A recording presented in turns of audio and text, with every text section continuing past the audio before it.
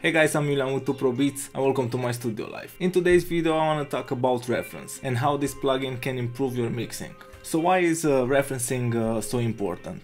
Referencing is basically setting a goal, setting a target on how you want your song to sound. And you achieve that by comparing your mix with commercial released tracks. We have here the plugin. As you can see, it has a nice interface. I have a few tracks loaded. It's very easy to load. You just hit plus and import. What I usually do is have like a few commercial released tracks and the first draft of the mix, so I can easily compare my mix. Go for the popular songs. The default is Cardi B, Bodak Yellow, Designer Panda, Kodak Black, Travis Scott with Butterfly. I will not be able to play the songs over YouTube because of copyright, but you will get the idea. I will be using just the draft. When the original button is engaged, you will hear your mix in your DAW. Reference is the last plugin on my master bus.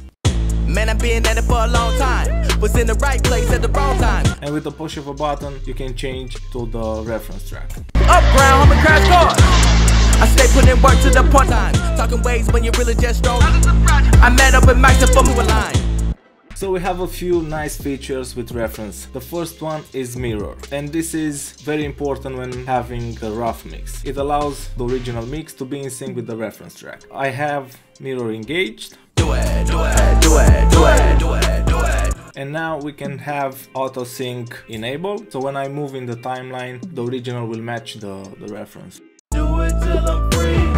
Do it, play on slow. Do it, do it, do it, do it, do it, do it, do it. That's important because you will be able to tell if you're on the right path with the mix or you should change something. You can manually reduce the gain of the reference track.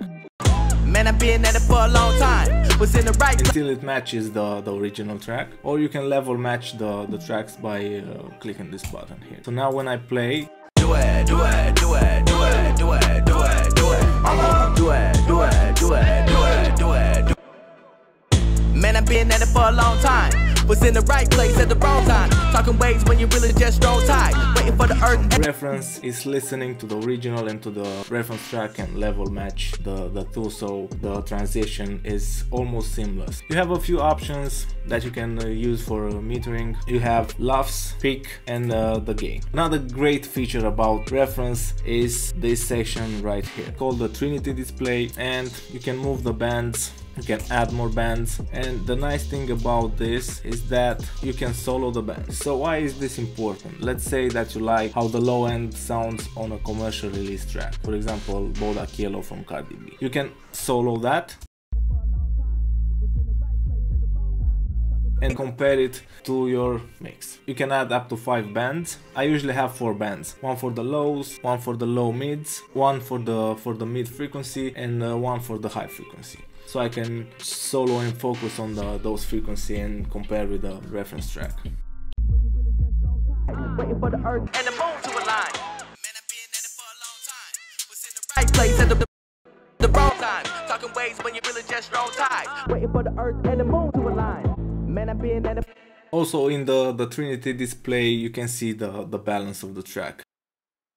In the right place at the wrong time. Talking ways when you really just strong tight. Waiting for the earth and the moon to align. You saw the Trinity Display showing us the balance, how the reference track compares to the original. I really enjoy using reference, and I think this plugin can help you get a better mix. Being able to compare to other tracks, other commercial release tracks mixed by professional mixing engineers, you'll get an idea on how they mix certain stuff, how they mix the low end, how they process the vocals. You can solo, for example, the range where the vocal is, and you can see what's in that frequency range and compare it to your own mix. I hope you enjoyed the video. If you did, please subscribe and hit that notification button. See you guys next time.